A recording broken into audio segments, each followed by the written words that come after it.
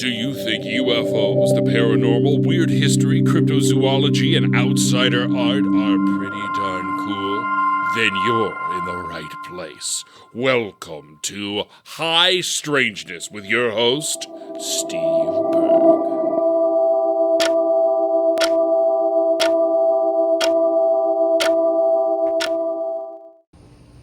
The video version. Hello, my friends. Welcome to another episode of High Strangeness. Tonight, I have my good buddy, my homeboy, Chris Ernst on. Chris, how the hell are you doing, pal? I'm doing great. I'm happy to be here talking to you, Steve. Oh, my goodness. Now, Chris, I'm just going to, when I know somebody, have a personal connection, I like to kind of just say how, we met. You and I had known about each other for probably a couple of years before. I was a big fan of yours. We're going to get to your film work because I'm a big fan of that. But I also knew you from Soraya Ascats. Sorry, I have a lisp, so it's hard for me to say that word. Ascats, wonderful show. Where does the road go? Because you're kind of you're part of the whole theater troupe of that show. Yeah, I mean, somehow I glommed onto that, and Soraya's decided to keep me around. And I do it because I like to hang out with him. But I'm happy to be part of it. It's an illustrious crew. Well, it really is. And you are absolutely one of the stars to me because you are truly one of the most well-rounded people with weird knowledge.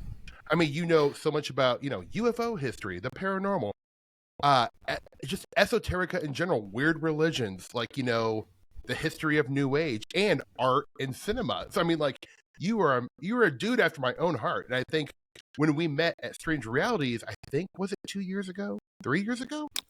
Yeah, 2 or 3 years ago. It might be. It's coming up on 3. Oh, time flies. Yeah. Oh, yeah. I don't like that. But you and I, it was so great just to finally be able to hang, have a couple brewskis with you, and talk turkey. And, man, you're just like a kindred spirit, dude. So thank you so much for coming on the show, bro. Absolutely. Yes, 100%. I have two questions that are really important, and I don't want you to think about it too long. But so right off the bat, did you have a nice breakfast? And two, what are you listening to these days? I did not have breakfast, primarily because I usually don't eat breakfast, but also because I'm an older man. I'm trying intermittent fasting and all those things that we don't really need to talk about because my doctor wants my numbers to be better and blah, blah, blah. Yeah. So I didn't have breakfast, except for coffee, lots of coffee. So I had a great coffee breakfast. Yeah. Shout out to, my local coffee brewer, Zeke's here in Baltimore. Good stuff. The darkest roast you can. Ooh, dark, I find that it's funny, the misconception about the dark roast. At least my local barista told me this, that it actually has less caffeine, but it's easier on the stomach.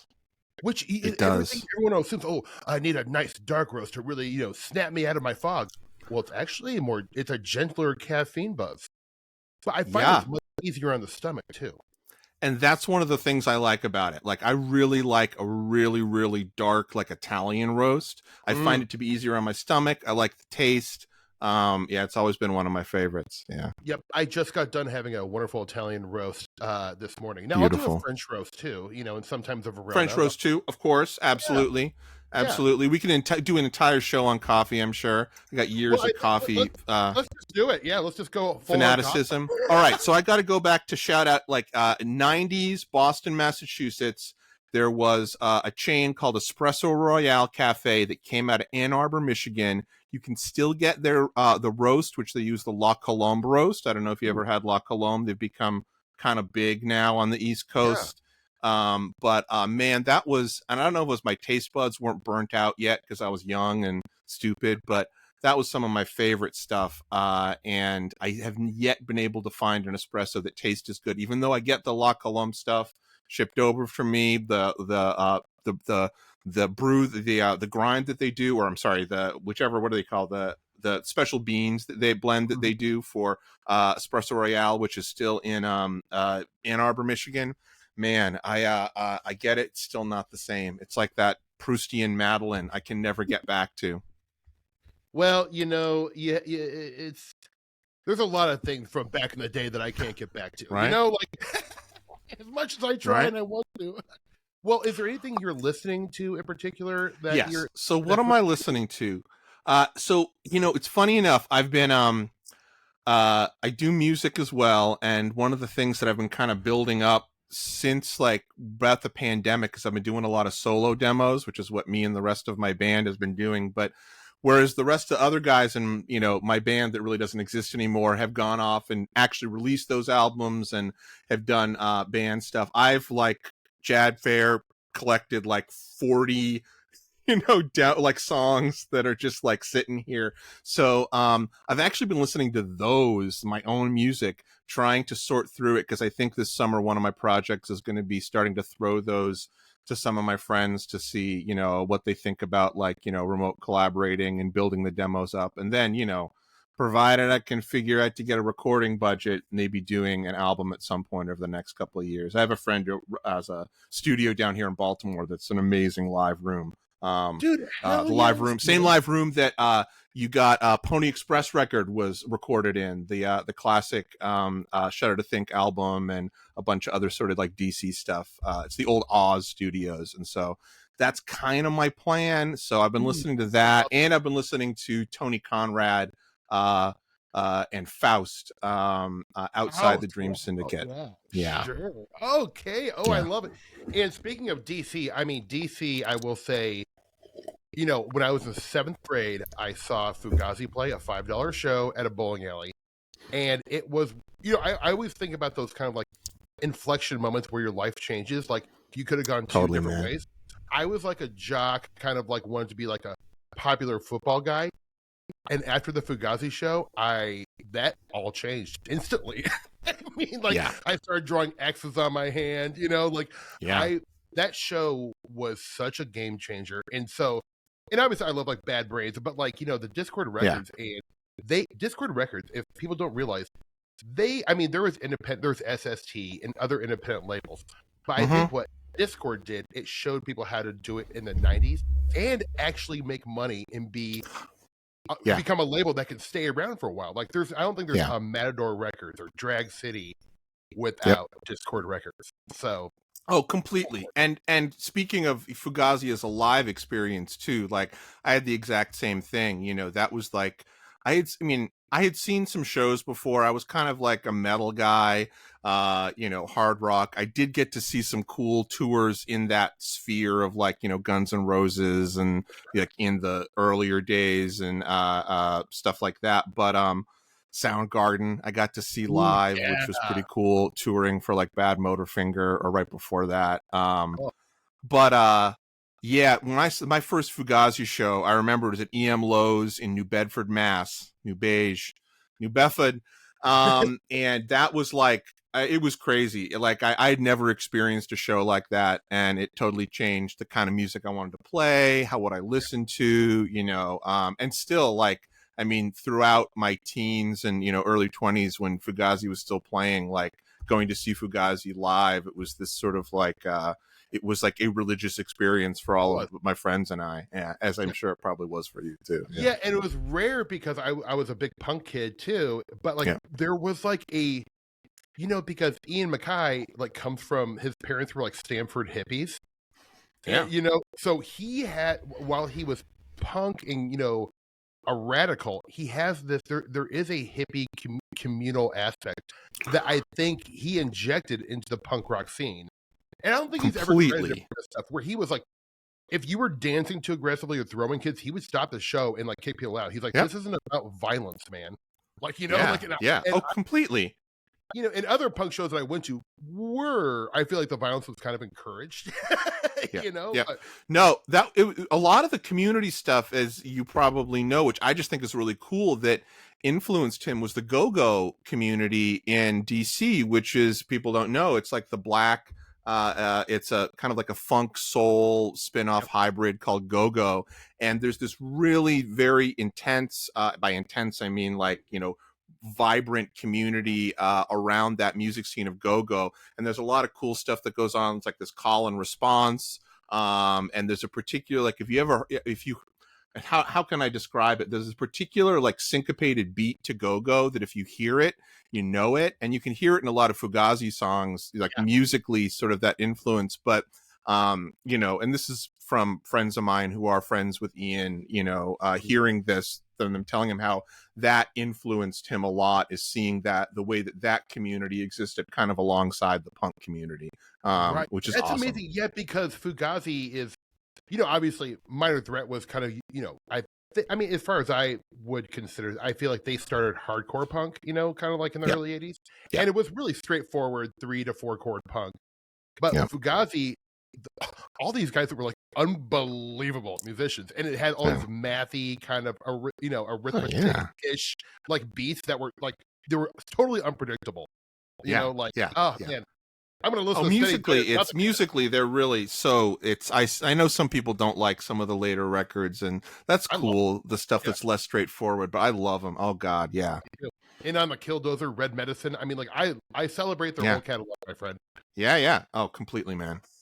Well, so yeah, we'll talk about our Fugazi cover band that we'll be starting eventually. That's right. Well, you like, kind of like myself, like I went to film school as well and kind of got into the entertainment business, wanting to be a David Lynch ripoff filmmaker. But you, my friend, have had a very interesting career. You, I think, started working at MTV. I mean, you've made, feature films. You've made a documentary.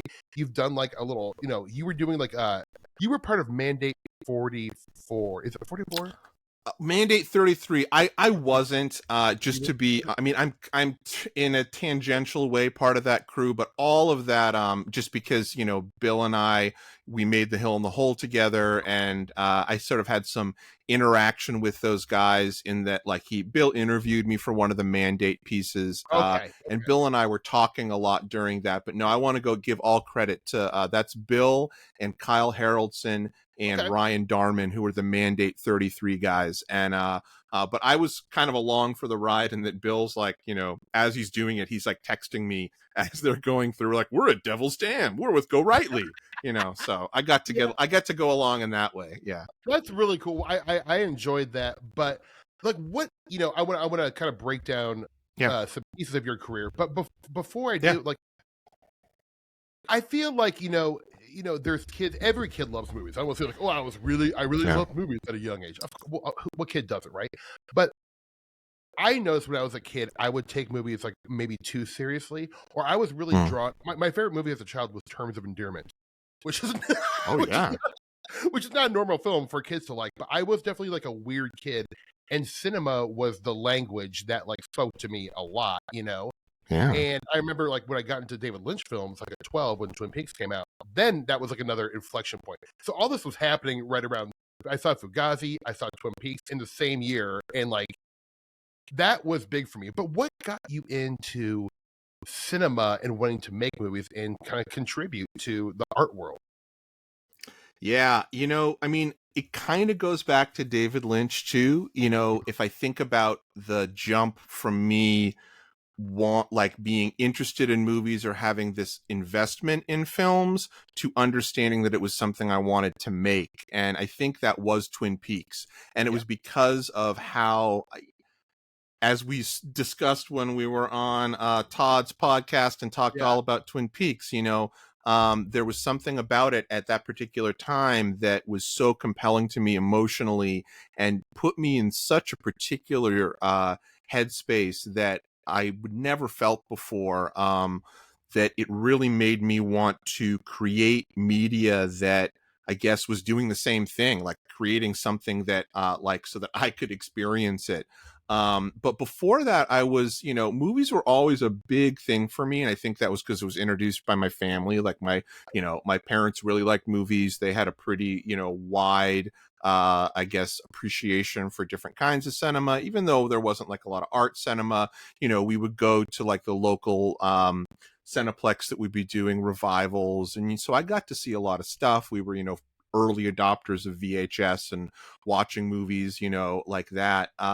And it was, for me, that was kind of what, beyond reading, which was a big thing for me as a kid. I should say that I mentioned that I was homeschooled up until like ninth grade or eighth grade when I decided to go to school because I wanted to meet girls. I was directing a lot of like what the information I was taking in, like it was self-directed. So I would watch a lot of movies, because at that point movies weren't considered low art like cinema was. So it's okay. Right. It's okay for Chris to watch a movie, and I read voraciously. And that sort of the creation of other worlds, and the creative storytelling process was just such a huge part of my formative years as a child. It would only make sense that I would go into this space later in terms of my career. But yeah, it was Twin Peaks. It absolutely was watching that.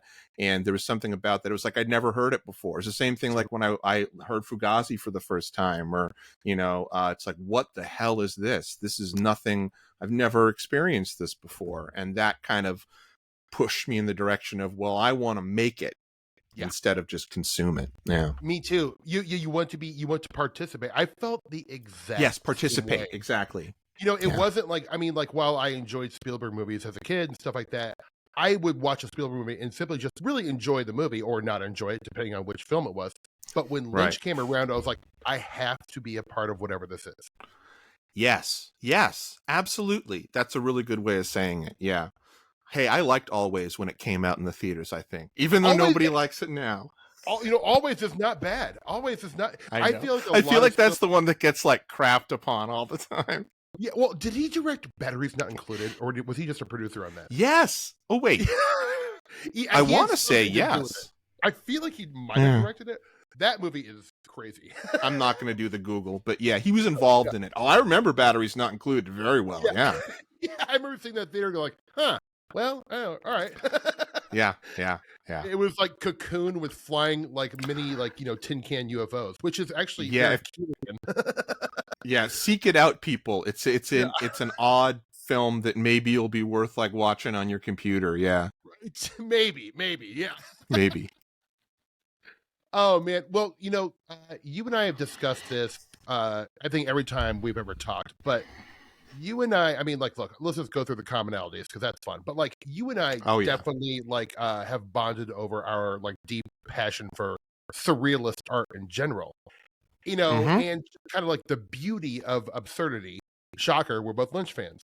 But I just want to tell you that I feel like you have made an incredibly important contribution to art house cinema with your phenomenal film, The Hill and the Hole. I can't tell you. I remember I was like, oh, Go Rightly's in this. I know Chris. I'm definitely gonna watch it. And I remember when I got around to it, I really did it right. The lights were off. I remember watching it at my apartment in LA and just being absolutely floored. These guys made a movie just for me. Thank you. Yeah. Yes. Please, and then obviously Go Rightly's in it, Adam Go Rightly, and I'm like, and he was so good. He's so good in it. And Tim Banal's in it. So some paranormal stalwarts show up in it. But please tell me how you and your co-director Bill Darman came up with this idea, what the process of developing it. I really want to know, because for my fellow listeners, if you have, this is a movie you need to run to, not walk to. It to me, it's like, I don't find a lot of surrealist art in kind of the 21st century to really. There's definitely some that slip through the cracks, but this is one of the greats. This is a movie that's going to be important in 100 years. So please tell me about you, it. and I would be so happy if that was the case. Yeah, and if people want to watch it, you can go to it's on Prime. Not to do plugs too early, or you can go to Troma. Troma streaming to watch it too, because we're lucky enough to be represented by Troma. God, I love Troma. What a childhood dream that is. I know. That's all. Yeah, Bill worked that out. That was great. So The Hill and the Hole, that was absolutely something that was a equal part myself and Bill Darman, the guy from Mandate 33, and he's got a upcoming doc that's about Crowley, which should be pretty cool. That's coming out at some point soon. But so that started really kind of late in the game. Like Bill and I had just formed a company. This is 2016. We were kind of thinking about, he himself does freelance work. But we were thinking about trying to do some films together, and he had this idea that was based out of Mandate 33 of kind of putting together some loose narrative that follows a sort of Indiana Jones type character, like a some sort of investigator through the Southwest, and hitting some of the places and some of the myths that he'd come across, kind of going across America and looking at it a little bit through the lens of, like, Lauren Coleman, Weird America type mythos. So he very quickly started writing the script because he's the screenwriter, and he's got a brain full of, he's very much like you and I in terms of what is his common references are. So it was really easy, for he and I to sort of collaborate, and he put the script together. We were sort of casting pretty quickly, and I don't know if it's okay to say this, but we approached you, and you were there's a conflict. There in another reality, you could have been the lead of The Hill in the Hole. Yeah, I know. Yeah. I'd already taken another job, and I was like, right. I remember when I can't remember if it was you or Bill who reached out to me, but they gave me the synopsis. Right. I was like, oh man, I really want to be a part of this. Well, it was Go Rightly who had suggested you. It was through Go Rightly, yeah. And he so maybe in the future we'll find a buddy movie for you and Go Rightly, which would be awesome. Kidding me? Like, yes, yeah. I think we're undercover cops. I'm not even kidding. The 80s. Are you kidding me? Yes. Anybody wants to fund that? Get in touch. We'll make that happen. Yeah, so it was really tough because I was teaching at the time, like I was in the middle of my semester. So Bill and Ryan, his brother, and our production designer Caitlin, they went all around New Mexico. Originally, we'd actually thought about shooting it up in the Sonora area where the airships were, because that's beautiful country. But we had more connections in New Mexico through our production designer Caitlin. So they went out there, did this kind of like whirlwind tour, looking around for locations, and we really decided that we were going to kind of let the geography in many ways dictate both the production design and the way in which we approached like the project, because it was a sort of Discordian project from the get-go anyway. And around when we were doing the casting, Bill kind of he threw out the idea. He's like, should we have Go Rightly as the heavy? And I was like, do you think we can get him? I didn't know Go Rightly nearly as well as Bill at that point. I just knew him through some of the podcasts and books, but Bill had been talking with him, and he said yes, and it just sort of all fell into place. And Binal actually was a little bit of a last minute thing. That was, I mentioned to Go Rightly, I'm like, think we should get Binal, because we came back for some insane reason. The production on this film was absolutely bananas. We went to New Mexico and then back to Massachusetts. It was just crazy. And Bill has his own story about doing like a Hell's Angel style drive from Denver to Massachusetts in like 24 hours or something like that. Insane. But so yeah, Binal, luckily he said yes, and we got that famous dough truck fryer scene where you get Go Rightly and Binal playing these like slightly evil a fried dough salesman. It's one of my favorite scenes of the film. Yeah, me too. So it seemed sort of organic in the way that everything built up, and we just were able to keep on sort of stacking after the script was written, which had a lot of those similar, Fortean elements that you find throughout.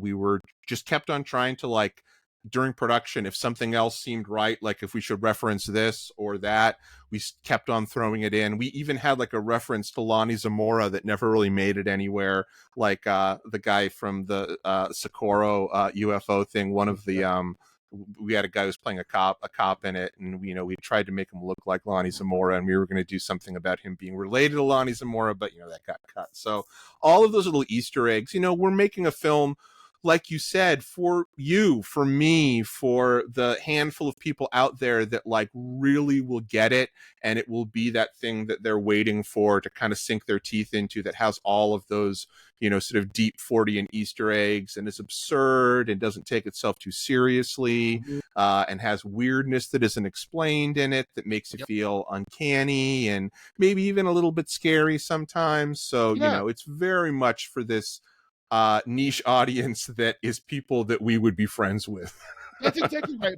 What I want to say is, like, there is a thing, and like I always like applaud anyone. First off, to make an independent movie is, I feel like maybe most people don't realize it is near impossible to do. Oh my God. You know what I'm saying? It is so unthinkably hard, difficult, time consuming, scary financially, because you end up, even if you get like some outside financing, you are going to end up putting a lot of your own money in, maxing your credit card, not knowing if you're ever going to see any of it back. So, but it's this thing, because inside of you, it needs to be done. And what I want to say about The Hill in the Hole is that whether you set out to make a surrealist art house movie, you did it right, because there is this co-creative aspect to it that I find so wonderful, because it's not a formulaic film where they're literally like spelling out the narrative for you. In Act 3, the all is lost moment happens. And it's not, you can pick up how to write a screenplay book, and 99% of the movies follow those rules. You did not. And I find that to be the most compelling art, where formula and structure is left by the wayside and you're creating it. So with these movies, you're not even asking the audience, but you're letting the audience in. It's like, hey, you get to interpret this movie. Yeah. And you're so right. You're so right. And it can be hard sometimes. I mean, that's one of the things about, film, music, art in general, is that, I feel bad, I guess, when that doesn't connect to somebody and, they're disappointed, or they're like, I don't get it. This sucks. And that's absolutely anybody's right. It's the tough thing, though, that, you want to try to, for me, at least, when I'm making a film, I think it would be, jerky of me to completely ignore that, because you're trying to make it so that people will enjoy it. But at the same time, it's so important to me to hold on to that indeterminacy in a film, because if everything is wrapped up in a neat little bow, and every I is dotted and every T is crossed, and I understand everything, I'm not going to think about the film after I finished watching it. It's not going to like seep into my brain, and I'm not going to start working out the mystery. And I think that's what, and Lynch talks about the mystery a lot. It's like, you have to leave some amount of mystery in there, for me at least, and for people like you and me that want that to continue, and that makes the experience continue as well, rather than it being like, a fast food, burger that just is in and out. Well, that's right. And I've argued this, and a lot of people probably wouldn't agree with me, but to me, surrealist films that are structured kind of like your film are more realistic than most movies, because life does not make sense. Life is never, ever, ever wrapped up into a tidy little bow where the guy, the girl gets the guy gets the girl, and they ride off into the sunset. I'm sorry, but that just doesn't happen. Life doesn't work like that. So surrealist movies to me are more realistic than your average formula. That's a good way to you know what, I was talking to Sarai about this recently. He just recently watched Under the Silver Lake. Do you remember that? I think it's one of the great LA movies ever made. I love totally, man. And like, he and I had never talked about it, I think, but he just watched it recently. He's like, this is amazing.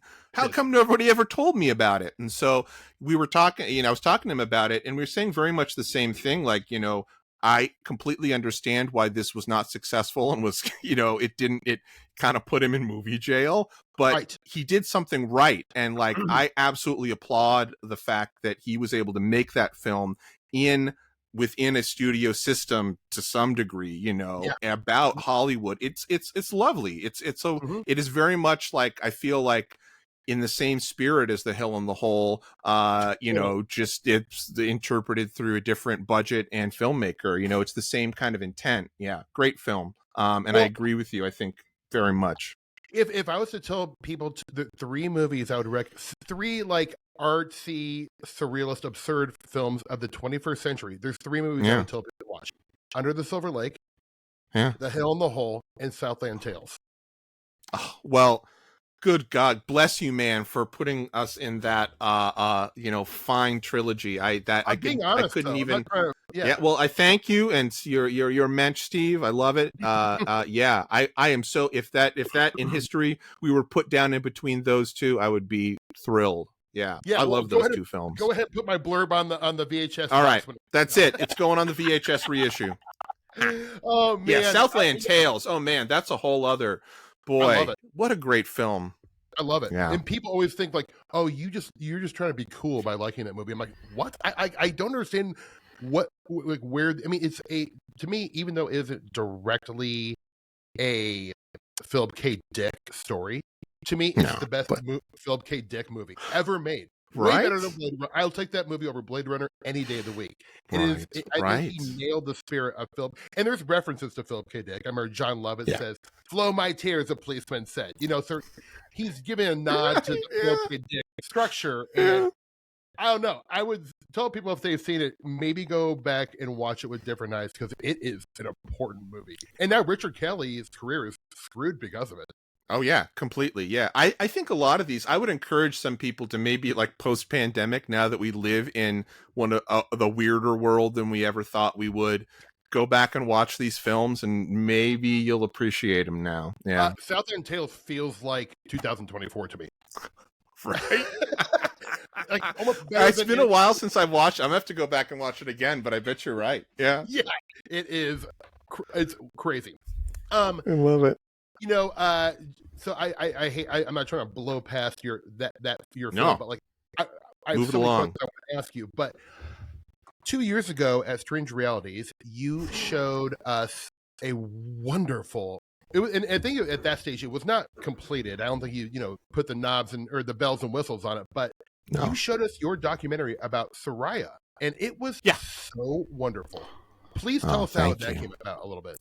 So that came about, in very much employing the methodology that I like to do with my filmmaking sometimes, is let the synchronicities and let the sort of the road take me somewhere. And it took me a place where I was asking, where did the road go? I was trying to make a bad joke. Anyway, didn't come through. Yeah. Oh. No, I didn't want to laugh over you. Yeah. So I had met Soraya in 2018 when I went on Where Did the Road Go to talk about this other film I'd made called Corpse, which is this really kind of, really funky, another funky low budget surrealist take on The King in Yellow. And people can find that. It's on Prime. You can rent that there if you want to take a look at it. I'll send you a copy. That? Please do. I don't know. Yeah, no, I'll send you a screener for it. So I did this, and this is when I was still. That was the last film that I shot when I was still living in New York City. So it's a very New York City film. Like the opening shot is like this wide shot of Lower Manhattan, taken from like top of the Empire State Building, but it's like flipped and reversed, and it's very much this. What's a good way of saying it? It would be like a pop culture, mass media version of The King in Yellow. So I took, if people don't know The King in Yellow story, it's this really old cosmic horror precursor, and that Lovecraft loved it, by Robert W. Chambers from the late 1800s. It's an anthology. So it's not, for anybody that's looking for a straight interpretation of it as a horror film, it's not that. It's kind of like a mumblecore version of it. And it takes place with a bunch of like millennials doing startups in Brooklyn. But there's, cosmic horror and my own special sort of, weird structuralist film, Guy Madden style, weird images in it, and a great score by my frequent collaborator, Drew O'Doherty. So it had a lot of the similar themes that since I've been listening to Where the Road Goes since it was out and started in like 2013, I was like, I'm going to reach out to Soraya to see if he wants to have me on so I could promote it. So from then on, I just basically, Soraya and I hit it off. I went up to meet him at the Albatwitch Festival, which happens in near York, Pennsylvania. And it's this festival that's all built around this weird little kind of puckwudgie mini Bigfoot thing called the Albatwitch, which lives in this particular part of Pennsylvania there. This is Tim Renner, usually speaks there from Strange Familiars. And so he and I hit it off. We talked about metal. We talked about like all sorts of Fortean stuff. Really, felt like we were, kind of kindred spirits. And we just kind of started hanging out from then on, I came up and I decided to bring my camera and stuff to do an interview with him when I went to visit him, because he lives in New York, upstate New York. And so we just started recording. He showed me around to these different places where you had different experiences. And as I was collecting this footage, I was like, Soraya, I'm just going to make a film about you and where did the road go? Because I think you've given me so much in terms of, presenting the show that engages with the topics that I love in a way that I think is smart and respectful and, goes contrary to a lot of the commercial popularization that's going on right now of 40 on the paranormal. And you're cool. And, I think this would be great to sort of promote the program and the history of it. And it's interesting. And he said, yeah, why not? So I kept on going up to get some more footage and interviews. And, he sent me some archival stuff. And I just basically worked on it by myself. I mean, it's a very small little film, and that it was just basically me and a couple other people working on it. It was just me shooting and the whole thing. And I kind of thought that I would present it in many ways like a zine. So I shot the thing in black and white, and it's in like a 4:3 aspect ratio. And it's got this kind of grungy feel to it. Yeah. And it's, because Soraya showed me, there's all this other stuff. I mean, people could do tons of documentaries about the guy. He's got before doing the Where Did the Road Go, he had this like really popular zine during like the 90s zine scene, black and white copied fanzines.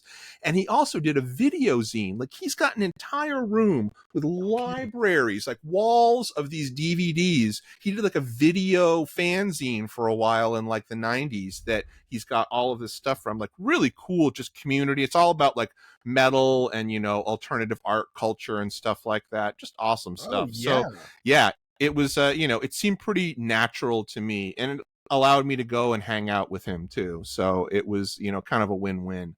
Right. Yeah. And, it's been great. Like it just showed at a couple of festivals. It hasn't shown in the US yet, but it premiered in the UK at the Fortean Film Festival a couple months ago, which is awesome. Really great crowd for that. Even though I wasn't able to be there, but good target audience. And then in Stockholm, Sweden, there's a film festival I know somebody who's sort of involved with, and so it showed in Sweden.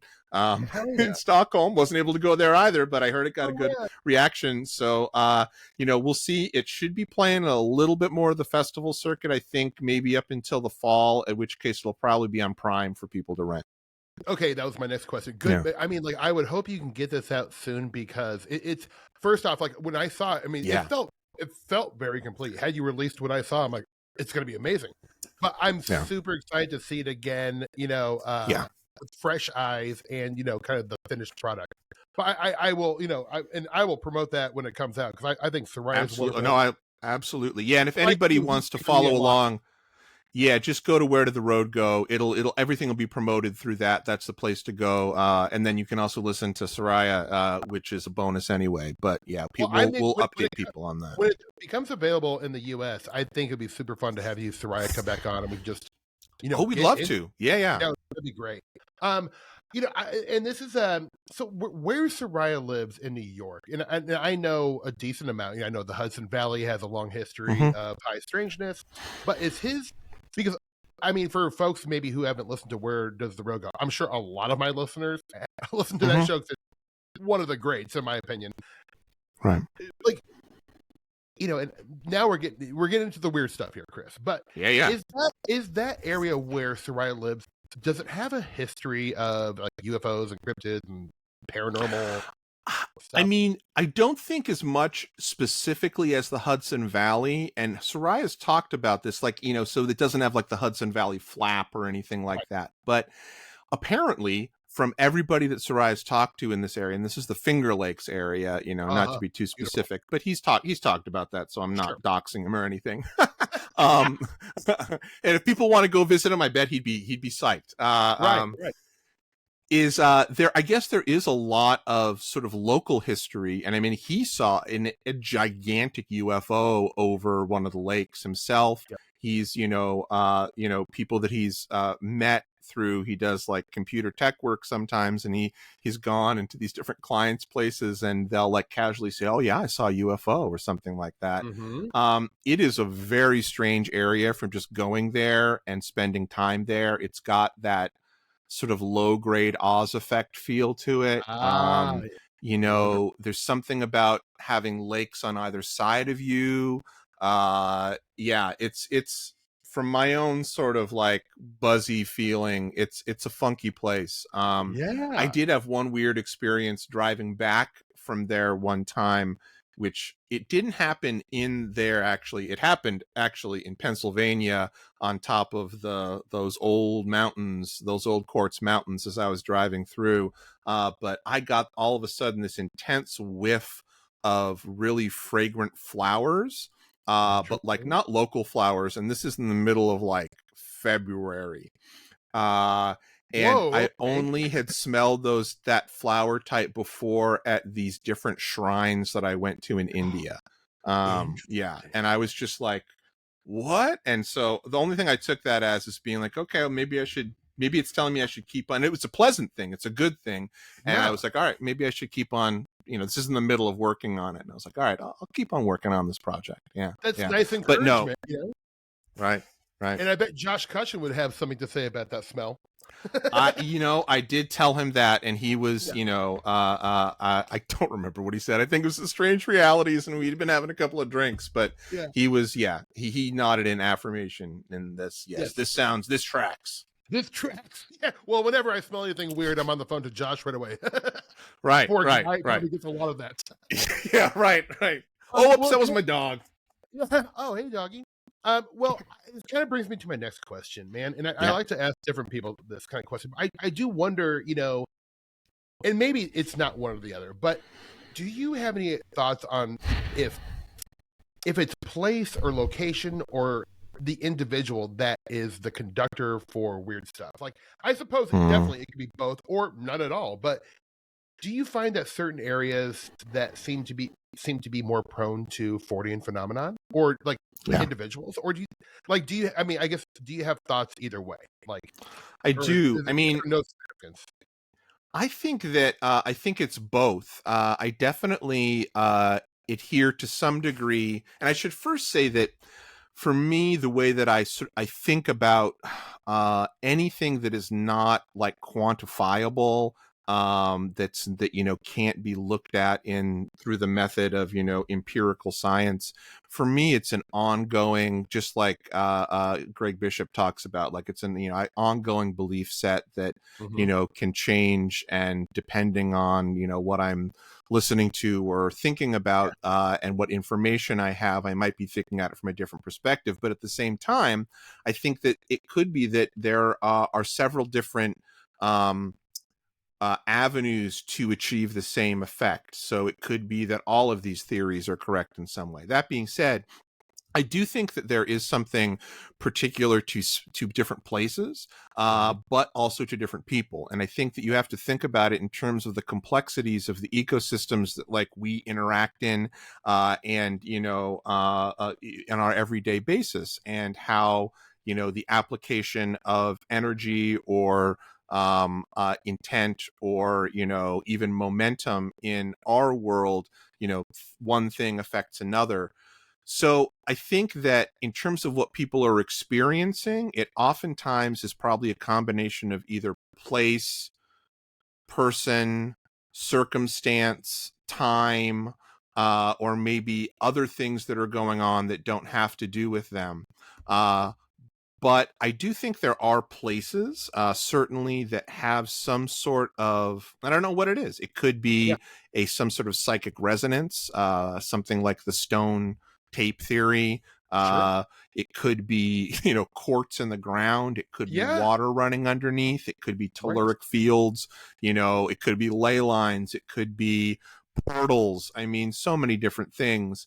But I do think there are places that have that. In the particular sort of esoteric tradition that I grew up in, that involves sort of Sufi and Vedantic mythology and cosmology and thought, there is this tradition of talking about how in the subtle world, which is the sort of Hindu concept of what like the energetic world, that interpenetrates our own world, the world of energy, is that the subtle world does have analogous places, some places in the physical world that are like, they're like the same. It's in the same way that you would see in Stranger Things, the upside down. You would have like a building in one world is in our reality is different in the upside down. And that there are certain places, like one that's mentioned is the Qutb Minar, which is this minaret in India, made out of this very special type of iron that doesn't oxidize, that,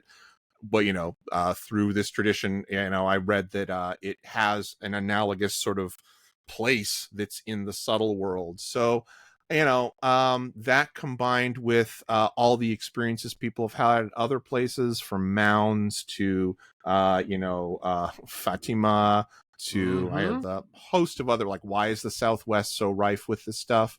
I think that there has to be something that is going on, whatever it is, I don't know, with the actual physical space. But then again, you take Greg Bishop and the co-creation hypothesis as he presents it, you could have a person there that is particularly has, an encounter-prone personality, I think, as Kenneth Ring calls it. And, you get there and that something very special or different happens, or maybe the same thing, but it certainly could be a co-creation at that point. And I think that people and what happens in a place can also impact the place. I do think there's something, true about, like, Gettysburg has a lot of phenomena there, because I think there's a lot of trauma and death that happened there, A lot of Garmonbosia. Yeah, right. That's exactly. I mean, pain and suffering. Yes, a bowl of cream corn was spilled there. I mean, metaphorically, but I think I agree, or like I find everything you said was very compelling, and we'll never know probably what conducts high strangeness. But it definitely does seem there are certain regions, just speaking of in the U.S., because that's obviously what I know the most about.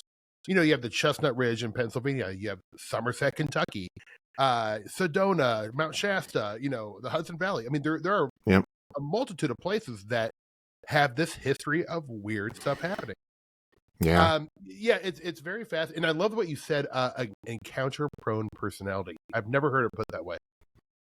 I think that's what the term that Kenneth Ring came up with. And if people haven't read any Kenneth Ring, he's a parapsychologist who's written, I feel like there might even be a show where he came on with some Talk to Soraya, if people want to look that up and interview there. But he's dealt a lot with the idea of trauma and like psi, and how there is some sort of connection. And we're not saying this is positive, but there is this connection where people who do have trauma earlier do develop what he calls, and this is one of the factors, there are other things, doesn't necessarily have to be trauma, that set up what he calls the encounter-prone personality. And it's sort of like in the same way that, what is it, like the dark triad they talk about for people who are psychotic or sociopathic, these different qualities. And so in the same way, he set this up, and I forget what all of them are, but trauma is one of them. And that, the encounter-prone personality is what comes out of it. And it does kind of track, too, if you look at it. That's very interesting. And I unfortunately, embarrassingly enough, have not read any Kenneth Ring, but I know of his work, and I know he worked at the Near Experience, and all that stuff. But what was I going to say? Shoot. Lost my train of thought there. Oh, that's okay. Kenneth Ring will do that to you. He blew my mind. I'm going to go on a limb and assume you've read the book Cosmic Trigger by Robert Anton Wilson. Oh, I have. Yes. Of course, several times. Right? Yeah. So I read it probably, over a decade ago, probably even, maybe 15 years ago. And I was just this last weekend on a road trip driving back. I had like a 12-hour road trip, and I was like, you know what? I'm going to get it on Audible and listen to it, because it seems like the perfect book for a long road trip. And that proved to be true. It was so enjoyable. I bet. But, there's this part in the book, it's in the first half, where he kind of talks about when he was going through like a rough period. He was broke, he was on welfare, and him and his family were living like, he described it as a farm. Like, he had some property. Right. Yeah. And so they were, trying to make a go of it, even sell some of their crops. But, they had a small crop of corn. And, Robert Anton Wilson describes that when he was out there, he looked up and he saw a green dancing man. that Oh, that's that right. Yes. really it sounds like he's describing kind of like a pan-like figure. Yeah. And what he Yeah. got from that, and I forgot this, and I found it so interesting. Where I actually did a screen grab of where it was, so I went to go back and listen to it again. But he said, "Well, to me, that was just a spirit of the vegetation." And I'm like, that is super interesting to me, which kind of almost hints at kind of like a Fey-like quality and elemental quality. And I hadn't really, I guess it'd been, maybe when I read it for the first time 15 years ago, that just kind of, I breezed by it and it didn't really sit with me. But that was like the most compelling thing about the book to me. It's like a spirit of the vegetation. Yeah. Have you ever heard that described in any other kind of like, esoteric lore? Or like, what are your thoughts about that in general? I mean, it sounds very much like a lot of, and people kind of like to parse this out sometimes in terms of definitions, but it sounds to me very much like this animism idea, this idea that every object, including us, has a consciousness or spirit, that, panpsychism is another, term for it, that exists within it, and it's like a different degree of consciousness, but it can manifest in different ways. But then there's also this idea that there are beings, and this I've heard from both like the esoteric tradition I grew up in, which draws from Sufi and Vedanta and Zoroastrianism, but I've heard it from other, I mean, certainly from Far Eastern, Shinto, and also you can, in a lot of, European or even Native American traditions, is the idea of there being beings that are like manage or are the caretakers of certain things. So like, maybe the interpretation that one could interpret Wilson's experience as that being like the caretaker of the corn, rather than it being like inside the corn there is some sort of soul, which also could be the case. Sure. But that there is this, discarnate being, or being that doesn't exist in the same way that we understand our physical selves, that their responsibility or part of their, the reason for existing is for making sure that corn or vegetation, grows. And maybe you could take this and maybe there are certain areas where there are more of these beings or less, and maybe that has to do with something, or maybe that's not true at all. But yeah, I think when I think of that, I think of those two ways of looking at it, of both, the animistic idea of everything having some degree of consciousness. It's just in a different sort of, receptacle, a human versus mug or whatever. But then there also being these discarnate entities that exist in some sphere interpenetrating ours that we are not aware of, that are, part of that ecosystem, and that have, duties and things that they make work in that space. Yeah. Right. Well, oh gosh, I'm glad it's very interesting you kind of used the animism as an example, because you're totally right. That's a concept too that's kind of like in the last few years I've been deeply interested in. And I would refer people to Dr. Jack Hunter's work, because he talks about that a lot as well. And he talks about it much more eloquently than I can. But another thing I've been kind of hot on lately is the idea, and I've been really considering, hyperstition. And in case the listeners don't know what that is, I'm just going to read a quick little example definition. But hyperstition is a positive feedback circuit, that includes culture as a main component. It can be defined as experimental technoscience for self-fulfilling prophecies. Example, superstitions are merely false beliefs, but hyperstitions, by their very existence as ideas, function casually to bring about their own reality. And to me, like, while I'm not saying this is the answer to high strangeness, I think this really needs to be considered, because what it kind of says to me is that mythology and folklore and these ancient stories have a lot more importance than them just being like simple throwaway made up narratives.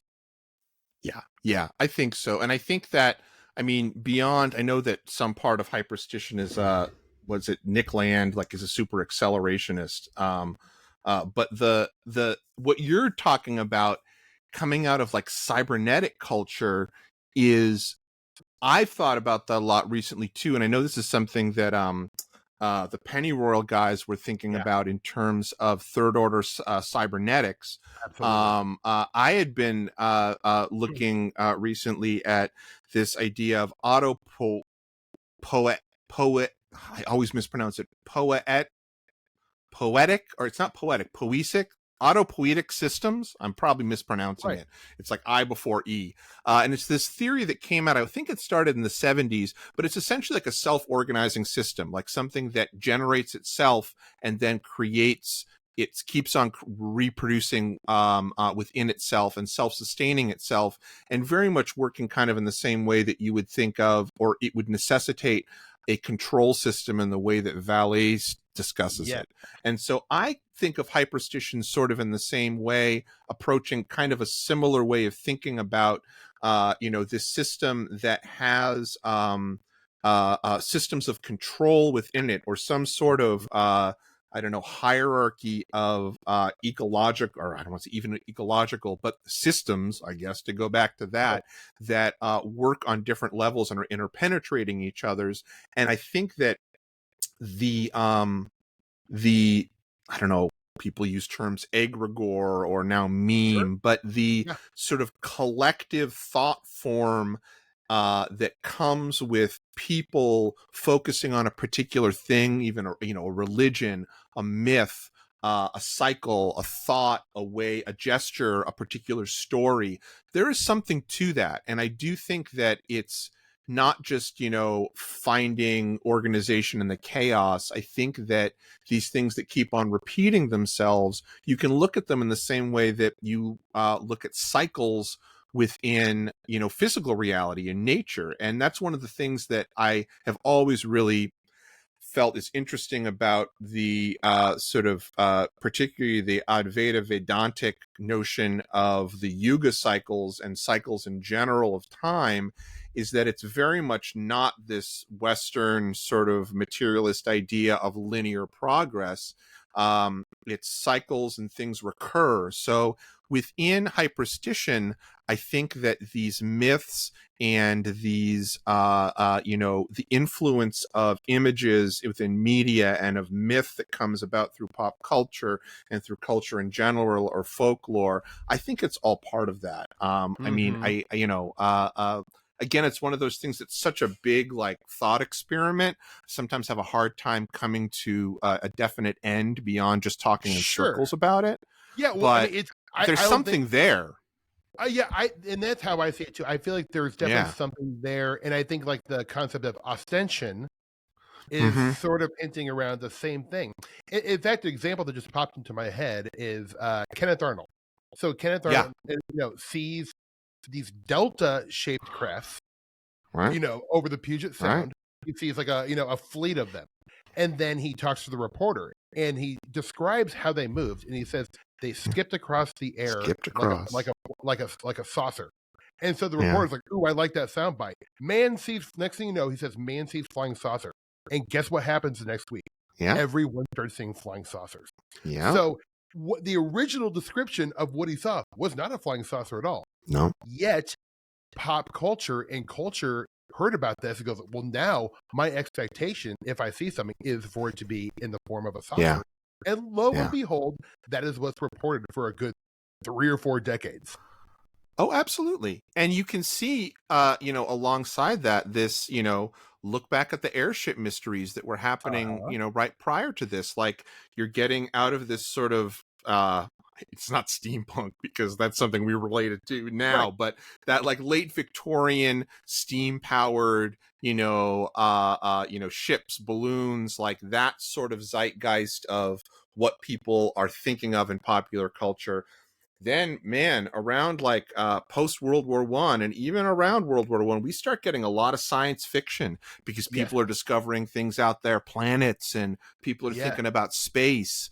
and then all of a sudden, so maybe things start to change, and then, oh, here's this guy Kenneth Arnold, and because we now have mass media and everybody can hear something in just a second, he says flying saucers, and boy, that catches on. Yeah, That caught on quick, there's something to that. Yeah, and I think so too, because I mean, if like you're a UFO nerd like us, I mean, you can really, just take like, the last 125 years, for example, and you're right, really, even pre-flying airship, there are plenty of reports that I found myself, even just in the state of Nebraska, where people in the 1800s are witnessing fireballs, but they're not like meteors that come straight to ground. They hover, they move erratically, and then it kind of shifts gears into the flying airship. Then it moves to ghost rockets and flying cigars, then saucers, and flying triangles. Now it's kind of back to more of a raw data, like almost orb of light situation, where maybe it's waiting to take its next form. I mean, you could throw the Tic Tac in there, but my personal belief is that the Tic Tac is military technology. Same here. Yeah. And I think that some of that, like some of the orb stuff too, might be, I mean, think about how much it's come full circle. You got like the whole new age love and light is now coming back to the UFOs, because it's got, like, if you think about a lot of like not that it really ever went away, but there was, for some I think there was like an ascendancy of nuts and bolts for a while through the 80s and 90s.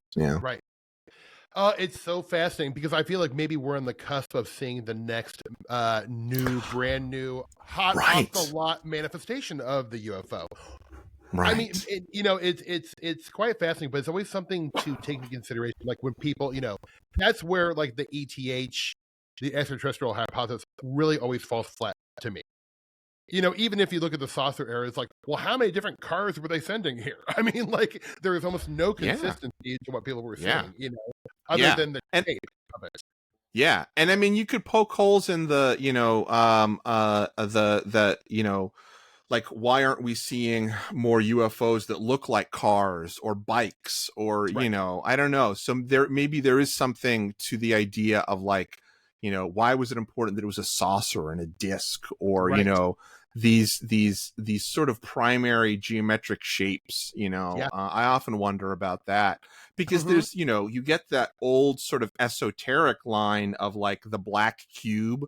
I don't know if you've ever gone down that rabbit hole of the Saturn mythology and the black cube. Oh yeah. Right. Whole Mount other Palomar, show. You bet. Yeah. Right. But it's, that sort of basic geometry of shape too, makes me think about, I don't know, like Flatland to some degree, if people are familiar with the Flatland analogy, which is this old book that was done, I think it was late 1800s, and it's basically it's a speculative science fiction book about this, this world that exists in two dimensions. So everybody sees everyone as like lines or dots. But if you come as an incursion from the third dimension into that space, your appearance is completely different. You look like, even your third dimension going to the two-dimensional space, you're just a line that's getting, bigger or smaller, but you actually have this sort of mass and weight. And I think that analogy, I do oftentimes go back to that when I'm thinking about phenomena, and that, are we just seeing like whatever structure it's taking? Is it like trying to see three dimensions from a two-dimensional space, or like trying to see time, like, right? Oh God, where's my bong? Where's my bong? Yeah, we are definitely into dorm room bong hit territory, but that's where the good stuff I'm is, with it. I'm very serious. Where's my bong? Yes. I literally need my bong right now. Well, even in Carl Jung's like essay on flying saucers, which was kind of turned into a short book, he talks about the mandala and the UFO being a symbol of the mandala. And does mandala kind of like the idea of completeness? I'm not really positive. So on that, a mandala, it essentially kind of means circle, and it depends on what, like, in Tibetan Buddhist tradition, because it exists in like Hindu tradition, Tibetan Buddhist tradition, and it is essentially like it is a meditation. It is most often used as both a meditation tool, but also a depiction. So you are, as a meditation tool, you are creating this representation of the cosmos or the universe. Yes. through this particular design. But the practice of doing it in and of itself is, and maybe I'm explaining this completely wrong, but from the particular way in which I was taught about it, that you are, trying to associate yourself with that. So like putting yourself into that Mhm. world, that space. It's a way of, getting to that point of not thinking that a lot of meditation practices are getting you Right. towards. But yeah, the mandala itself, that shape, very similar to a lot of crop circles, and it's Yeah. specific and geometry, and similar in many ways to things that people see as terms of orbs that sometimes Yeah. have patterns in them. Yeah. Right. Right. Ooh, it's so fascinating. It really is. You kind of hinted at in a couple times as we've been talking about because that mean like you had a fairly unique upbringing in terms of like, Hmm. and please forgive me because I don't know how to exactly phrase this because it wasn't No, necessarily. no, it's fine. I'm not trying to even like say it was a religion, but like this is how I would, my bad way of phrasing it. But you had kind of a mystical upbringing to a certain Yeah. degree. Yeah, Do you and mind I sharing don't a little think I bit about really, yeah, I didn't really notice it as I was being brought up. So my parents, came out of sort of 60s hippie counterculture. My father was in California. My mom was in Atlanta, and both of these sort of had hotbeds in the mid to late 60s for the resurgence of a lot of Indian gurus kind of that? coming over or influencing, this is when the Beatles were good, chilling with Maharishi, sure. Maharishi and Yeah, stuff like that. Right. So one of the people that was sort of a transplant was this guy Meher Baba, and people probably yeah. Yeah, remember him mostly from like Woodstock, the movie. There was a poster of him. He looked a little bit like Frank Zappa. right. He was sort of the love god, but he also didn't speak. He was silent. So he took a vow of silence and didn't speak from 1925 until his death in 69. And so they were involved with that, and very closely. Like my Right. uncle on my father's side, he's one of the premier Sufi scholars in the United States, Oh, and really? he was yeah, you can read his book, Carl Ernst. If anybody's Oh, interested in wow. Sufism, Dr. Carl Ernst has some wonderful books on Sufism. Oh, um cool. and so and this is just right before and after Meher Baba passed, so they were, knew all the people that were his immediate circle. So I got to be involved in that, like, when I was a kid, I met Pete Townsend when I was little because he was a Oh, nice. follower of them. There was this um center in South Carolina, and you can look at it. If you look in Myrtle Beach, South Carolina, there's like several miles that are completely untouched amongst all the craziness, and it's an ashram, it's a compound there, and so there are a lot of really interesting people that I met through my upbringing that I probably didn't really realize was that I Right. was meeting these very people that are like equivalents of like old apostles and saints and stuff like that. And I went to, I was able to go to India a couple of times through this, both as a kid and then as a young adult. And as a young adult, I think I was like, I don't know, thinking enough metaphysically or existentially that I started to talk to some people that were in there. But it really is in my adulthood that I've gone back to explore the material that I kind of learned growing up, because this was all given to me in the same way that a kid would, learn about the Greek myths, which I did too. So like Greek myths, Norse myths, Hindu myths, Sufi myths, all the specific stuff coming out of Meher Baba. And so there's a lot of really interesting mystical stuff that was very much involved with like post-theosophical mysticism. Mhm. People from Crowley were involved in this. In fact, the guy that was the first medium at the first 9 seance with Puharik had just met Meher Baba, and there's an account of them meeting prior to him going over there and being, this is Vinod, Dr. Vinod. So there are all these weird connections that I didn't know between like the Meher Baba material and this sort of all the interesting Forteana that I'd been interested in since a kid. It's kind of like the kid who grows up Catholic and doesn't realize that there's like so much crossover between mystical Catholicism and Forteana, and is like, oh, Yes. wait, what? This isn't Yeah, just about like, they're saying the the same guy thing on the in different cross. ways. Yeah. Oh, exactly. I mean, like you mentioned. Yeah, please go ahead. Sorry.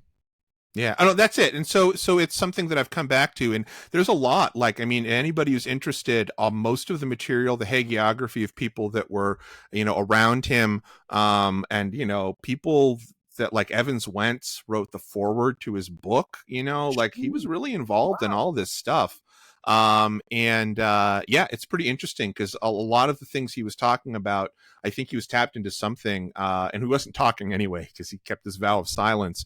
But there are a lot of like interesting predictions and ways in which that there was the description of like how cosmology works and angels and spirit world and stuff like that. And you can find this woman who was a psychic who was one of his she's passed now, but on YouTube there are several lectures by her. Her name is Phyllis Frederick with an F, Phyllis Frederick, and she talks about like the afterlife experience. And she was this huge psychic in like the 30s, 40s, 50s, and was traveling around with him and has all these interesting stuff. So yeah, it's something that I grew up with that instilled a lot of like kind of early information in terms of mysticism and mythology into me. And then, that combined with my own personal interest in Forteana and, magic and the weird and paranormal and supernatural, it at this point now in my adult life, I've been able to find that there's some syncretism there, and I can, that's kind of what I'm doing most of my research on in the background, is like trying to figure all this out because there's a lot of information. But yeah, that was my background. That's how I grew up, and that's what set me up to be a weirdo. Yeah. You're weird. That's a wonderful weirdo origin, though. Like, I feel like as a kid, that would have been probably a better spiritual path because I didn't. There was no religion in my household, but I think Forteana was my like outlet because I mean, like everyone, I think whether they realize it or not. I mean, maybe not everyone. I shouldn't say. Maybe atheists are just like I want to know belief system or whatever, but. I think because I didn't grow up with a religion that like, getting into books about ghosts and UFOs and Bigfoot felt like my version of spirituality, I guess. And now I don't necessarily like look at this stuff that way per se exactly. Yeah. But as a kid, it gave me comfort that there was weird things out there that we didn't understand. Well, it's the mystery is what it is. And that's what, I mean, I think that it's really hard for us as a culture to kind of look at this separated from thousands of years of religion. But I do think that it's, I do think I do have some agreement with, even though I know it comes out of theosophy, the Aldous Huxley book, I think, does a really good job of describing this idea of the perennial philosophy. Right. And it's this idea of like, there are these certain things that come up again and again, kind of like you were talking about earlier, that are, I don't want to say truths, but they are patterns that seem to be showing something about the nature of how things work. And looking at ghosts, being into ghosts or the unknown or mystery of any kind, that is in many ways the exact same thing people who are engaged in a truly spiritual religious practice are, in that you are trying to figure out why we're here, who we are, what our relationship to the world and the afterlife is. It's all the same stuff, It is. It is. It's just you want to make sure it's not bogged down by dogma, is what it, Right, and that is, buddy, you just kind of nailed it for me. Where I was lucky, like when I kind of like. I've always been into this stuff, but then I think when I moved to LA, I was so focused on my career for like the first like 5-6 years. I kind of like was active, always reading about this, but not obsessively as I might be like today. But I remember Greg Bishop really pushing this idea. Not pushing. He was just really like he's like I feel that it's important to be agnostic to all this stuff. Yeah. And because like we were talking about earlier, like a month ago, I was in a real skeptical mode, and I was like, "Is all this bullshit?" Because I was really like, reading. I had just read Saucer, Spooks, and Kooks, and I reread Project Beta, and then I was like really looking at the, kind of what the control system has been, the government Oh, and the military totally. has been telling us about stuff, and you could become skeptical to maybe a negative degree. Yeah.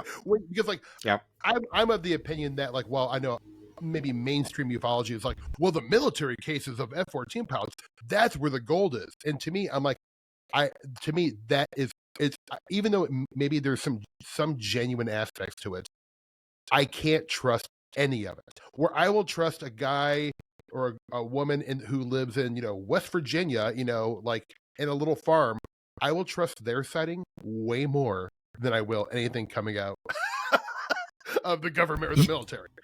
I mean, the personal experience is such a big part of this. And I think for me, that's also the overlap where you have with spirituality or religion or whatever, is that like, just go back to, William James, The Varieties of Religious Experience. That's like an early Fortean book is what it is. It's Right. talking about all the same stuff. And it's about it's about subjective experience and what's happening, like how this phenomena changes somebody and impacts them. And those stories from the people, that aren't out there trying to sell a new magazine or a new book or trying to spin whatever it is into a career. I mean, not that doesn't happen. Like, so many people are involved in this, including, you and Soraya and people, making money off it in some way. But I think that there's, I don't know, common sense can help you find a line between those two things, I think, in terms of who's coming at it from what direction. Yeah. Right. I think when people are promising information and like, like here's one thing you'll never get from my show. You'll never get any answers. You'll never get any kind of truth because I personally believe it's unknowable and the mystery is the point. That's right. And that's why Lynch would shake your hand and offer you a Cheeto. Oh my God! Yeah. I would gladly take that Cheeto. Incredible flavor. The cheesiness is so real. Did you hear about that? No. That comes from a story that apparently when Spielberg got him to play Ford in The Fabelmans, right, his request was there has to be a bag of Cheetos in the car on the way there. And the quote was, "The Cheetos are fantastic. They have incredible flavor." I'm like, that's right. So much more respect. God, there's Lynch the artist, then Lynch the personality, and they're both equally just beautiful to me. Yeah, it hasn't let me down, thank God. Yeah, in fact, like, I feel like I have kind of copied a lot of my life in a genuine way where, like, his love for mundane things. I remember when he was shooting Twin Peaks, someone asked him, like, I can't remember how he would talk. He had a very regimented diet where he would eat a quarter of a chocolate donut for breakfast. And then for lunch, you would have half a turkey sandwich or tomatoes and tuna. Like, and that was it for like 5 years. He's just like, I have to work. I don't want to think about it. But like, his love for the mundane, like that guy could write a book about the beauty of the first sip of coffee in the morning, and you would be absolutely enraptured. Like it's just right.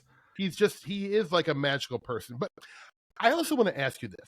So I sometimes wonder, I've been reading a lot more in the last couple of years just about like the history of magic and Kenneth Brandt and Crowley and like the OTO, just because it's all part of Forteana, really. But I do wonder sometimes if, like magicians when they're, and I'm obviously not saying performance a la Kazam, pull a rabbit out of the hat magicians, but it like what they're trying to conjure really is the same sort of intelligence behind UFOs or Bigfoot or whatever you want to place in there, a ghost. Like I wonder how different, if they're like, maybe they're wearing different clothes, but is it the same? I wonder if it's the same source. And like, obviously you don't know, but do you have any thoughts on that? Yeah, no, it's a really good question. And I don't know. I mean, it's such a specific, like that tradition that comes, well, I think there's maybe two traditions to look at. There's like the one which is ceremonial, that's all about, I guess, capturing spirits to do your will in some way or to answer questions. And I think that's probably more coming out of Solomonic or, Enochian magic. And that's so wrapped up in Christian and Judaic Hebrew like mythology and Kabbalah and stuff like that. Part of me wonders if because of the how long the tradition is, and forgive me, somebody's mowing the lawn outside. I'm so sorry. I hope it is not picked up so bad. Okay. That that maybe there is some sort of egregore type phenomenon going on. By egregore, I mean something that is created by like the collective thought form and focusing of people on a specific thing. Good example would be, if people aren't familiar with the Philip experiment in England that happened, I think in the 60s or 70s, where this group of people doing a psi experiment, they created this entire like biography and backstory for a ghost that didn't exist called Philip. People then started getting psychic contacts and seance contacts from Philip after they did this. So I don't know if that's the kind of thing, like at this point now with Enochian or Solomonic magic, when people are, conjuring, and trying to summon these different angels or demons, whether or not it's something that is created by the many people that have been doing this for so long, or if it's something separate. The one thing that I do think is true is that I think this is all engaging with something that's coming from like the same sphere or ecosystem or like place, in the same way that like, you could you're trying to tap into something and, you're like opening a hole to this particular realm or other way of consciousness. And I don't know if you're interacting with the same thing, but it seems to be coming from a similar place, which I think is that like energetic world that kind of exists, interpenetrating us that we're not aware of. And from all of my crazy speculation and reading and stuff like that, I think that's maybe the same place where our consciousness goes after we die, or at least into a different room within the same mansion or whatever. And so I do think that there's a similarity there, but whether or not it's the same thing, that like you're actually a demon is, or demon in the Solomonic sense, is a UFO and vice versa, I don't know. I'm not sure about that. I like the idea of like they all live in the same hotel and like just different things come out. Room 402 is where the Bigfoot is, and like I think that's a really interesting. I've never heard anyone put it that way. I find that very fascinating. That's a good way of putting it. But it is interesting to think about because like it does seem sometimes when I'm like there you watch a ghost hunting show or a lot of people who like, and I'm not putting anyone down. God, I know nothing, but like there is this like kind of like the ETH, or even with like a flesh and blood Bigfoot idea, there is kind of this materialist like tendency to say like, well, this ghost that's hunting this house must be the little Helen who died when she was 8 years old of some kind of tragedy. And I do feel like when you read like a book of like Vallee's Messengers of Deception, that one pattern that does seem to show up throughout history is that a lot of times whatever this intelligence is has a very trickster, deceptive quality. Absolutely. So even if it says, look, I'm from the Ashtar Command, well, that doesn't literally mean it's from the Ashtar Command. That's whatever this entity is trying to make you think. So I always caution people when they feel like, that is one of my big gripes when people are, a lot of these ghost hunt shows, well, by the end of the third act, they're saying like, this is what it is. I told little Helen to go to the light and, it's over.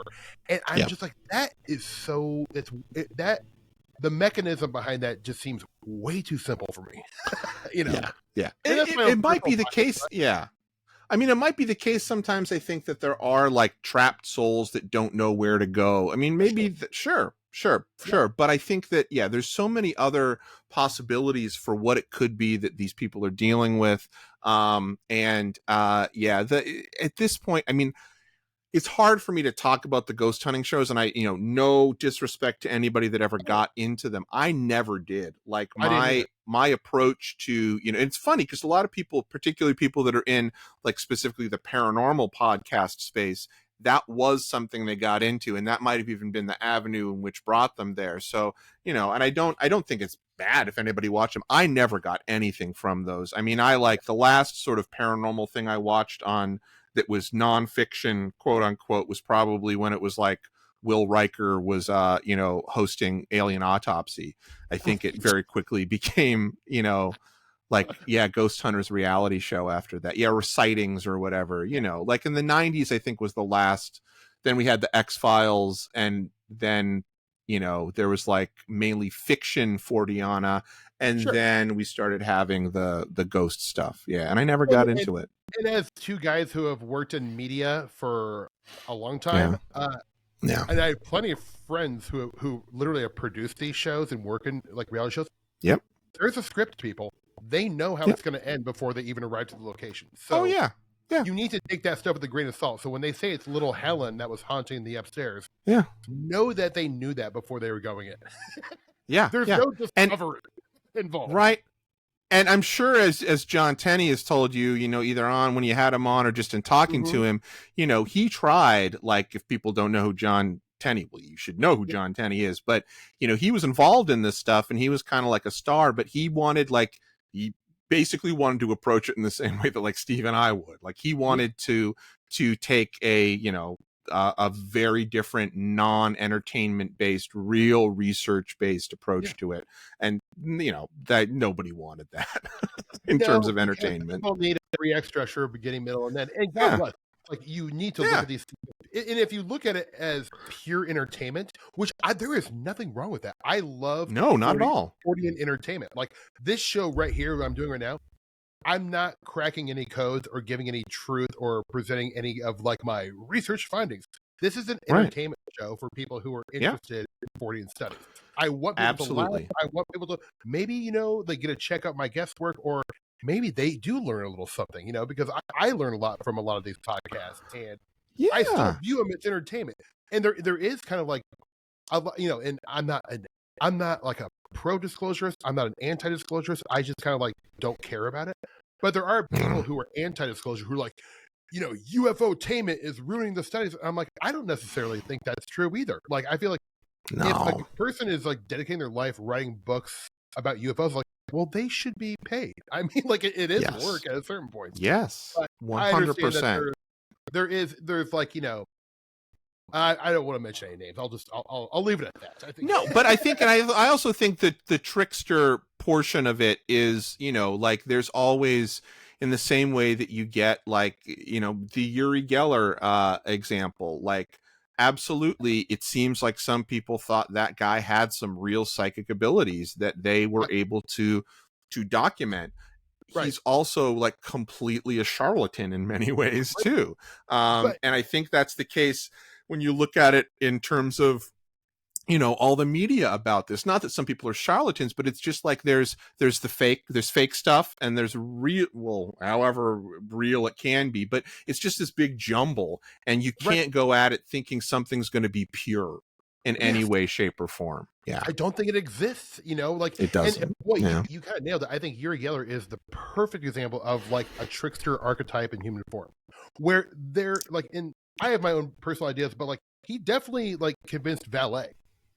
I mean, and so I think there is something to his abilities, but like, when, and look, people, I remember when I remember talking to my dad about Uri Geller when I was a kid. He's like, well, I saw him on Johnny Carson and he couldn't do anything. And I'm like, right. But I don't know if these powers work on demand like that, necessarily. And it also go with the whole fact that like a lot of times high strangeness is really tough to record and really tough to capture on film, and when you do, it's usually always lackluster.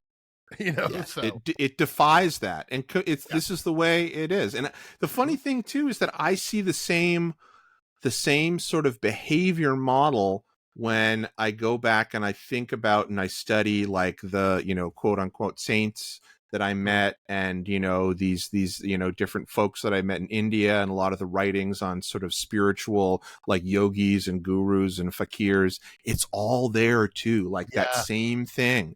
it's part of like that the spiritual mystery, process, I think. Yes. Something Yes. about the trickster. And if people don't know, haven't read it, and I don't know, you may have mentioned it before, there's a great academic book on this called The Trickster and the Paranormal by Richard P. Hansen. It's a must read. It's I will say it's like reading a Dr. Dean Radin book. It is not the easiest read. Like when I read that, and I would have to go back and read other sections to understand what I'm reading now. But 100%. It was a challenge, and I got so much out of that book. It's a heavy book, but like I do think it's one of the 3 most important books, which kind of brings me towards my last question because I've taken up so much time. Oh, it was my pleasure. This has been so much fun. But if you had to, since we're both media guys, give 3 examples of your personal favorite representation of high strangeness in cinema, what would they be? I know this is really putting you on the spot here.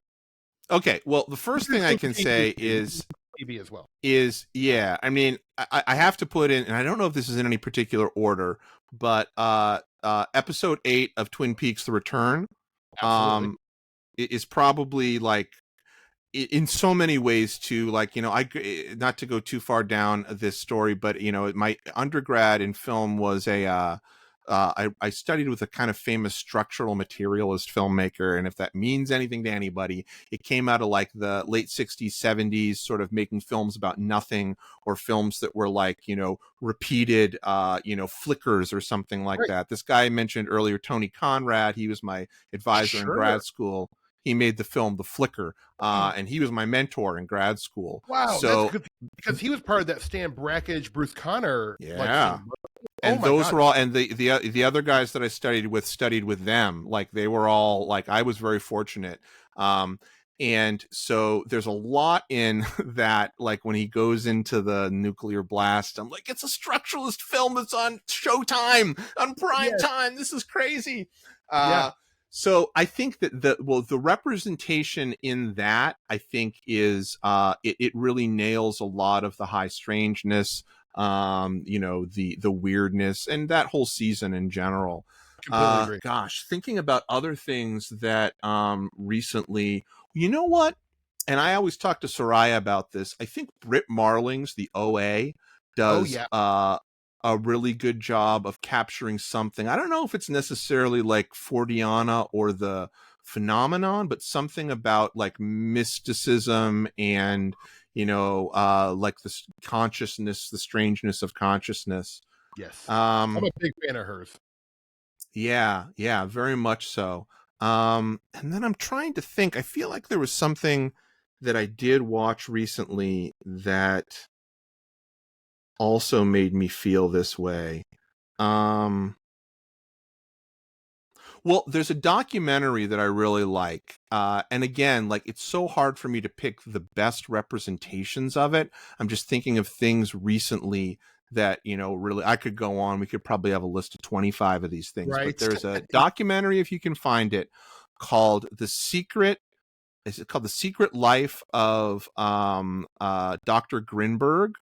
Oh my God! I think it might be on Netflix, and it's a documentary about this guy, Jacobo Grinberg, who was a Brazilian scientist working on consciousness studies, who had like a Red Pill Junkie turned me on to this, Miguel Romero. And it's like this, it's about his, like, he disappeared. He was basically like, the theory is that he was kidnapped by the CIA or the FBI and is continuing to do psi and consciousness work for them. Like they found a published paper after his disappearance with his name on it out of a university.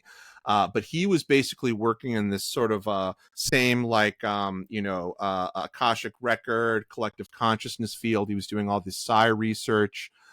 He was at some of the conferences that, Valet, like some of the key conferences that Valet and some like alphabet agencies were at in like the 70s and 80s. He had this partnership with Carlos Castaneda for a while that he ended up dropping out of because he decided Castaneda was kind of a charlatan, but really interesting. And I think his story is something that not a lot of people have heard outside of South American countries. So if you can find that, I think it might be on Netflix. That was a really good one. And I think it was one of the documentaries that kind of best for me got the flavor of what I like sort of high strangeness documentaries are. And I'm going to add a fourth now, which is not, but in terms of ceremonial magic, I really, really like this film called A Dark Song from about. I love that movie. Yeah. When is it? Yeah, right? It's great. Yeah, like that came out like 4 years ago, I think. Maybe something like that. Yeah. Yeah. I remember Ren Collier, when I first got to know him, he's like, you need to watch this movie. And I was like, oh, okay. And I've seen it twice. It is really, that's funny because I would have thought about that for my list, but absolutely. Like that, that is so good. It's like an incredible movie. It really is. I would throw in an oldie, but I remember when I saw in film school, taking an experimental film class where I was learning about stamp brackage, and my professor was a guy named Ed Small, who was buddies. He probably knew your professor. He was, I'm sure, film at University of Kansas, but a total groovy dude. Like it was like part of the scene, back in like University of Iowa, where a lot of this stuff was going on. But he showed me for the first time Meshes of the Afternoon, Myra Darren. Oh, yes, of course. Yes. And I should have said that. I teach this to my students every year in my class. Yes, of course. I think you can even find that maybe for free on Prime. Definitely you can find it on YouTube, but I cannot recommend. It's 15 minutes, and do whatever you need to do. A glass of wine or some herbal, whatever you want. Watch that with the lights off. Indeed. And it's not like scary, grab the bong. That I would feel like that is like, I've never heard Lynch reference that, but that movie must have changed his life because absolutely. The imagery is very Lynchian, or Darien, I should say, Yes. It's and she's an amazing person too. She was I did a little presentation on this remotely at one of the Strange Realities conferences, but she did this documentary. She went to Haiti and she was doing ritual Voodoo dance, which is basically ecstatic dance where you let the loa basically ride, or they call it riding, but possess you. You let the spirits of the loa possess you. And she did this really deep documentary on it. And she was she was incredibly smart person that was really mixing like intellectual creative pursuits, and she did this fantastic essay writing. She's got these amazing essays on creativity, but she also had this deep mystical side to her. I think the name of her company is even called Mystic Fire, and she was doing work that had to do with different like esoteric spiritual practices before she was doing the Voodoo stuff. She's awesome. Really great suggestion. That is key. Totally key. I think that is, my favorite example of dream logic in cinema. Like 100%. That movie. And it is the best dream. Yeah. Yeah, it's so, and I would recommend anyone who hasn't seen that, please watch that. Please, I think all of Chris's suggestions are ones that everyone should see too. But like, my brain is so chock full of stuff I forget sometimes. Yeah. I know. Me too. I've my hard drive is at max capacity. Right, dude. This has been so much fun, buddy. First off, it's just great to see you again. My pleasure. Absolutely. Rap about weird stuff. I mean, you are one of my favorite people to talk to. In fact, I love it. When I make you come back on, anytime. Maybe you and I can hash out the idea I kind of pitched to you as Strange Realities of trying to do a cut up film. I've been thinking about that. Cut up.